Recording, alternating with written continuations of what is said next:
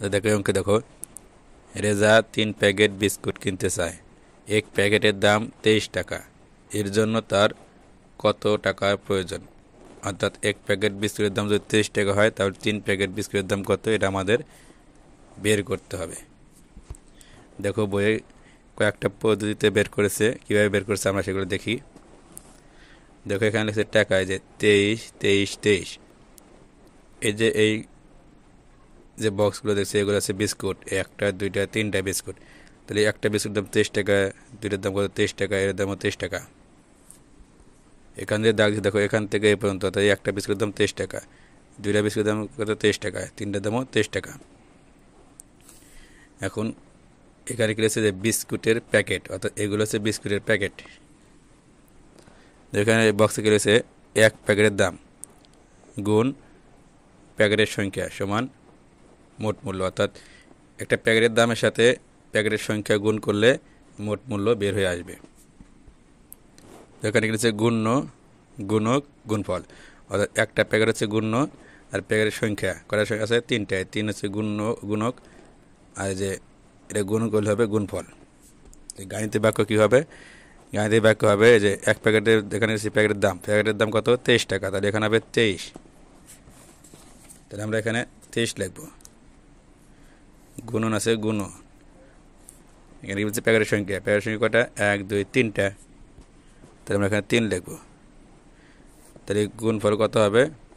গুণ করে দেয় এই 3 দিয়ে প্রথমে 3 গুণ করবো, 3 3 কত হবে 9, আর 3 দিয়ে 2 গুণ করে 3 2 6, কত হলো 69 টাকা। আর দেখো এখানে কি লিখেছে, এখন নিচের ছবি ব্যবহার করে কিভাবে হিসাব করা যায় চিন্তা করি। এই দেখো এখানে কি করছে দশক একক, অর্থাৎ এই 23 টাকাকে ভেঙে ভেঙে লেখা হয়েছে। দেখো এই যে 10 আর 10 20, অর্থাৎ 20কে কী করা হয়েছে ভাঙা হয়েছে দুইভাবে, 10 10 করে 20।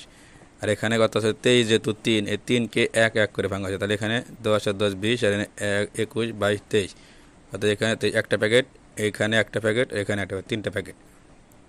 তাহলে এখানে তো কী রয়েছে 23 গুণ 3,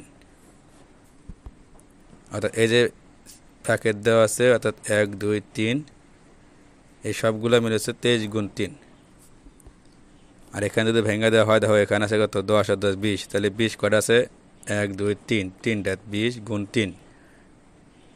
আর এখানে দেখো 1 2 3, এখানে 1 করে আছে, 3 আছে না, 1 2 3, এদিকে 3 1 2 3 3, এখানে 3 গুণ 3।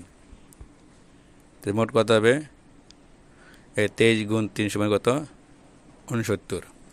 আমরা কিন্তু এর আগে বের করছি 23 গুণ 3 সমান 69। দেখো এখানে আবার কী লাগছে, এখানে ভেঙে লেখা হয়েছে, দেখো 23কে দুইভাবে ভাঙছে, প্রথমে 20 গুণ 3, তারপর হচ্ছে 3। তাহলে 20 গুণ 3 কত হয়, এই 3 দিয়ে 0 গুণ করে 3 0 0, 3 2 6 60, আর 3 দিয়ে 3 গুণ করে 3 3 9। এবার মোট যোগ করতে হবে, 0 সাথে 9 যোগ করলে কত হবে 9, এই 6 6 হবে কত হবে 69। তাহলে এখানে কিছু টাকার প্রয়োজন, কত টাকা প্রয়োজন 69 টাকার প্রয়োজন। তোমরা এইভাবে সমাধান করতে পারবে। আরেকটা নিয়ম তোমরা দেখা দিই, তোমরা সরাসরি এইভাবে করতে পারো। সেটা হচ্ছে তোমরা যদি লেখো যে এক প্যাকেট বিস্কুটের দাম 23 টাকা, তাহলে বিস্কুট কয় প্যাকেট 3 প্যাকেট, বেশি হবে, তার 3 প্যাকেট বিস্কুটের দাম 23 গুণ 3 টাকা, সমান গুণ করো 3 3 9, 3 2 6, 69 টাকা। তোমরা এইভাবেও করতে পারবে, সমস্যা নেই।